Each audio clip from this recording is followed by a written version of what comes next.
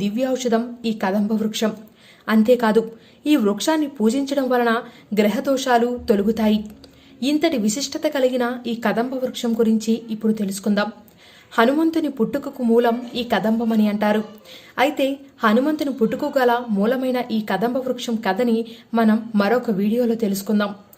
కదంబ మొక్కను రుద్రాక్షాంబ, కాదాంబరి, లాలన, ప్రియ లాంటి పేర్లతో సంబోధిస్తారు.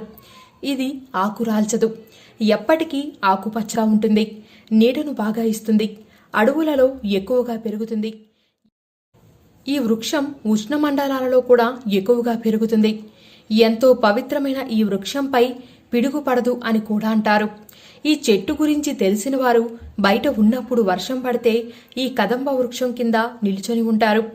దీని పూలు గుండ్రంగా ఉంటాయి. వీటిని లలితాదేవి, వరలక్ష్మీదేవి పూజలో ప్రముఖంగా ఉపయోగిస్తారు.